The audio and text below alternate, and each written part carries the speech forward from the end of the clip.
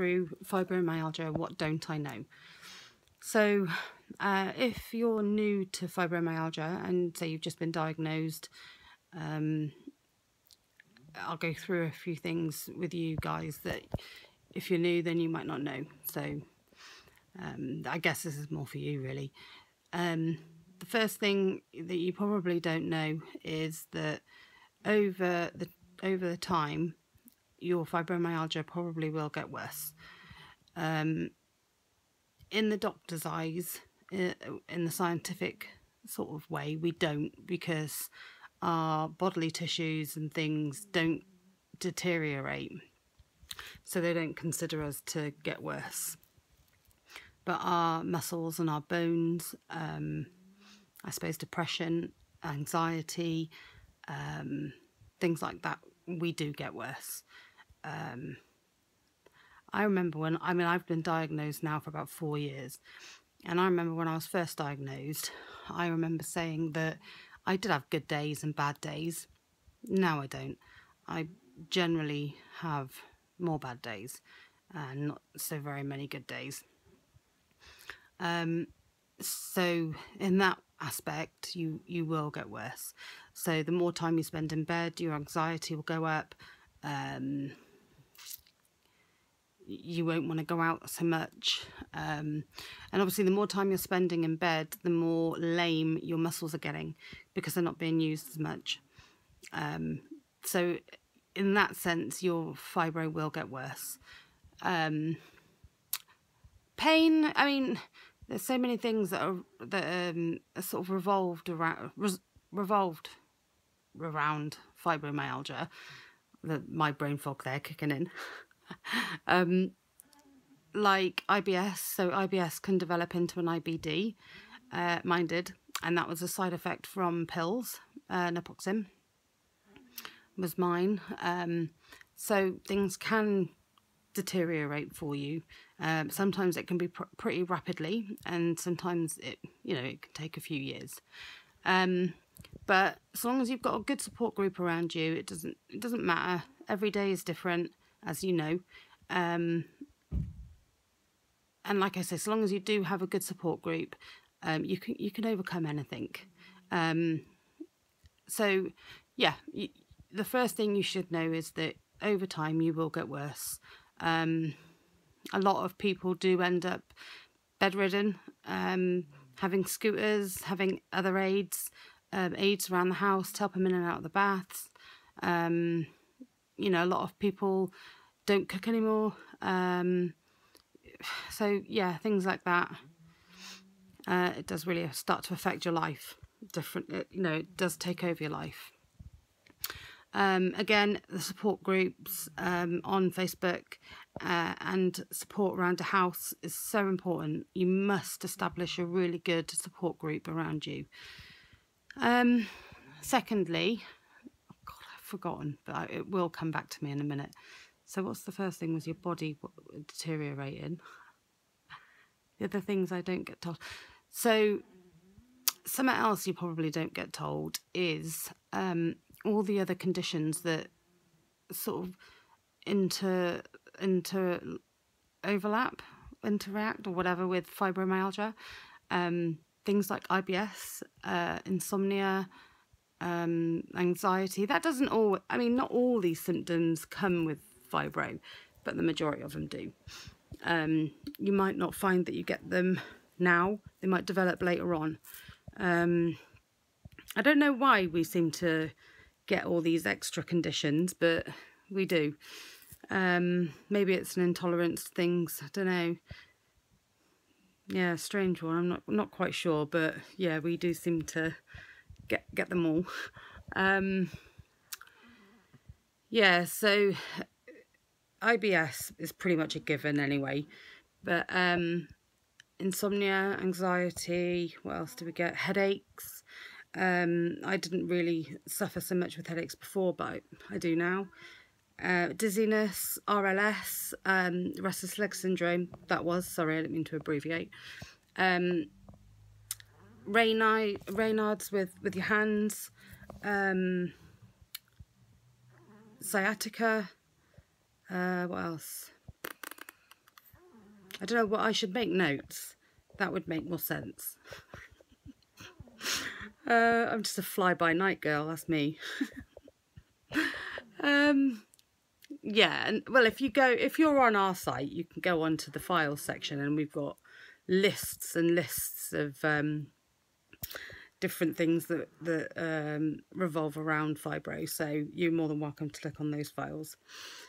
Another thing that you won't get told is how much your condition affects your family, and it really does, and you as well, because you just feel so guilty. But there is no need to be. There's no need to feel guilty, and I'll go through this another day. But you're a poorly person, and you can't do the things that you used to be able to do. And I must stress this. You should never feel guilty. It's so important that you don't, and it's so important that you embrace who you become, because the person that you were has gone, and there's no point wishing you were that person again, or that person's gone. You just have to now focus on who you are and how to embrace it, how to, you know, if you're bedridden and you've got young children and you're upset because you can't go to the park with them anymore, but you can read with them. You can still read with them in bed. You can still draw. You know, you can still make poems together. You can still watch films. You can still read and do your ABCs and homework. You can still do everything else. Yes, okay, you can't go to the park, but you still can, you know, you still can go to the park. Just not every day, just not all the time. Your life has changed, but it's only changed. You know, you're not in chains. You know, you just have to listen to your body and pace. You're not tied down to your bed, or, you know, you can go out, but you just have to pace yourself and make sure that you've got enough energy to get there and back. And, you know, tomorrow is pretty much going to be a write-off. That, you know, that's all. So you just have to prepare yourself, that's all. But so your life is different. Work around it. I mean, I don't mean that to sound nasty. I'm just saying that we're poorly, our lives have changed. There's nothing we can do about it. But we can make the best out of a bad situation. And your partners, things will change for you and your partner, because our bodies become heightened to touch, sensitivity, noise. Your sight might change, and all that can affect your coupling. I think that's going on to a whole other video, which I probably would like to cover at some point, just because I'm, you know, grotty. But yeah, because everything is so tender and you're in pain and you're tired, yeah, I don't really want to touch on it too much and give too much advice about that, because it's an awkward one. But all I will say is just try and communicate all the time with your partner, and just tell them how you're feeling. Just be honest all the time. That's all I can say, is just be honest with them. Tell them if, you know, if something doesn't feel nice, wherever, to where I was pointing down, but if something doesn't feel nice, just let them know. I think that's really important. So I've covered those. What else don't you know? Emotional. It's a really big emotional ride. And you'll feel alone, especially if you're newly diagnosed. You might have been thinking that you have been feeling this way and for a long time, and you're the only one. And sometimes people think that they're a bit of a hypochondriac, maybe, that maybe it's all in your head. I didn't feel that way. I mean, my dad died, and that's when my symptoms started coming on. So I did have a reason behind it, but I listened to stories where sometimes they do say that the doctor, you know, sort of looks at him with the old eye roll, like, God, here we go again. You know, so yeah, it affects you emotionally. And I think sometimes when you get a name for, you know, all these symptoms that you've had for such a long time, sometimes it can be a bit of a finally, and then it's a, oh, I've got something. How do I deal with this? But know that, you know, there are support groups and people are there for you, and there is a load of other people that are feeling the exact same way as you, and you know, or they've been there and they know exactly how you're feeling, but we can help you.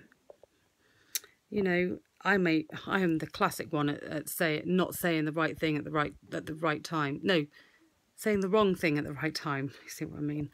But the group that I have it's amazing. The women there and the men, they're just amazing members, and they're always there for everybody, day and night. Like I said, a lot of us have insomnia, so we're always on. But yeah, so if you are on our group, then you will always have support. I'm always there to talk to as well. Not like you want to talk to this crazy sausage, but yeah. So what other things don't you know? Done the family thing, done medication. So I will do meds on another. I'm going to do meds tomorrow or another day, but that's a whole other situation as well. And I'll do meds because I want to cover preglabin, God, I can't even say it, and gabapentin especially. So what else don't you know? Support groups. There are loads out there, fantastic ones. There are some rubbish ones too, but I'm sure you'll learn the ones to stay away from and the ones to join.